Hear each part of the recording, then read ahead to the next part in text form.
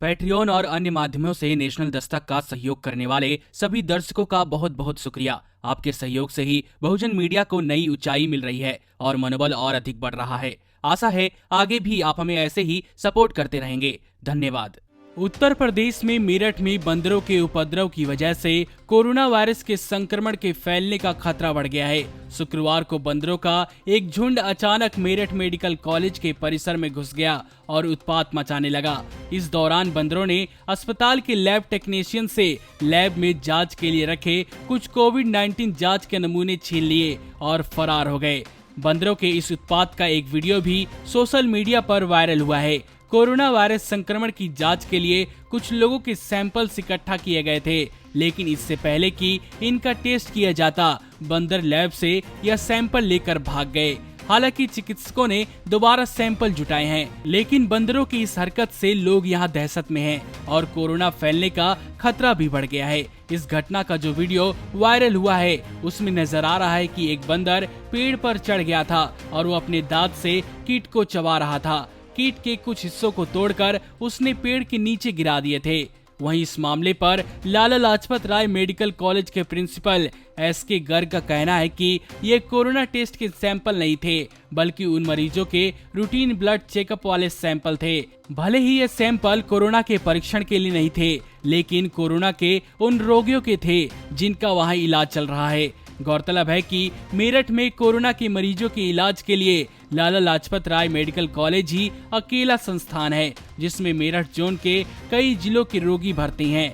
यहाँ कोरोना के अलावा बाकी सभी तरह के उपचार और ओपीडी बंद हैं। ऐसे में मेडिकल कॉलेज के प्रिंसिपल ने यह साफ मानने से इनकार कर दिया कि उस ब्लड सैंपल जिसे बंदर लेकर भाग गए उसमें कोरोना संक्रमण व्यक्ति का भी सैंपल हो सकता है।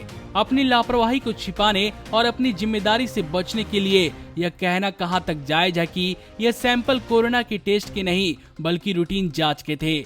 आपको बता दें कि यह मामला सामने भी नहीं आता अगर वहां मौजूद एक शख्स ने इस घटना का अपने मोबाइल से वीडियो बनाकर सोशल मीडिया पर शेयर न किया होता। इस वीडियो में पेड़ पर बैठे बंदर टेस्टिंग किट चबाते हुए नजर आ रहे थे और मेडिकल कॉलेज परिसर भी दिख रहा था। वीडियो वायरल हुआ तो मीडिया कर्मी खबर के सत्यापन के लिए मेडिकल कॉलेज के प्रिंसिपल के पास पहुंच गए। उन्होंने यह तो स्वीकार किया कि मामला मेडिकल कॉलेज का ही है, लेकिन उन्होंने अपनी जिम्मेदारी से बचने की पूरी कोशिश की। इसी क्रम में उन्होंने एक सवाल के जवाब में यह भी कहा कि ऐसी कोई स्टडी नहीं आई है जिसमें बंदरों में कोरोना फैलने की बात सामने आई हो।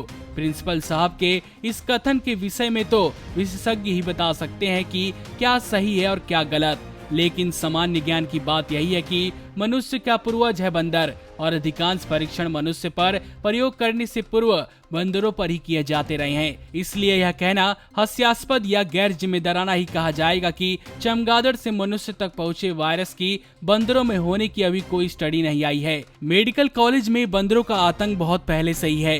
हालांकि इसके बावजूद भी मेडिकल कॉलेज परिसर को बंदरों से मुक्त कराने की पहल अब तक वहां के प्रशासन ने क्यों नहीं की। ऐसे में अगर संक्रमण फैला तो इसका जवाबदेह कौन होगा। नमस्कार। नेशनल दस्तक अपनी आर्थिक जरूरतों को पूरा करने के लिए अपनी ऑडियंस पर निर्भर है। बहुजन समाज से संबंधित मुद्दों को उठाने के कारण यूट्यूब की तरफ से नेशनल दस्तक की कई वीडियो पर एड्स नहीं दी जाती, जिसके कारण हमें आर्थिक समस्याओं का सामना करना पड़ रहा है। आपका एक छोटा सा कदम बहुजन मीडिया को बचा सकता है। आपके सहयोग और सहायता के कारण ही हमने अभी तक यह मुकाम हासिल किया है। नेशनल दस्तक को आप पैट्रियन के जरिए सपोर्ट कर सकते हैं। इसके साथ ही आप अन्य माध्यमों जैसे यूपीआई, गूगल पे, डेबिट कार्ड, वॉलेट, फोन पे आदि से भी हमारी मदद कर सकते हैं, जिसका लिंक वीडियो के नीचे डिस्क्रिप्शन में डाल दिया गया है। पैट्रियन पर आप हमें प्रतिमाह $2 यानी 140 रुपए प्रतिमाह से हमारे साथ जुड़ सकते हैं।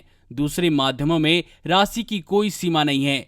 आपके सहयोग से ही बहुजन मीडिया को एक नई दिशा मिली है और इसे अभी एक नए मुकाम तक लेकर जाना बाकी है, जो आपके साथ के बिना संभव नहीं है। आपसे डायरेक्ट फंडिंग से हम आपके अधीन हो जाएंगे और एक स्वतंत्र मीडिया के तौर पर समाज की आवाज को बुलंद कर पाएंगे। धन्यवाद। नेशनल दस्तक को देखने वालों से अपील है कि वह नेशनल दस्तक के सपोर्टर फॉर्म को भरें ताकि हम सीधे आपसे जुड़ सके। नेशनल दस्तक की आपसे गुजारिश है कि अगर इसको बचाना चाहते हैं तो नेशनल दस्तक को सब्सक्राइब करने के लिए रेड कलर के सब्सक्राइब बटन को दबाएं, फिर बेल आइकन की घंटी दबाएं।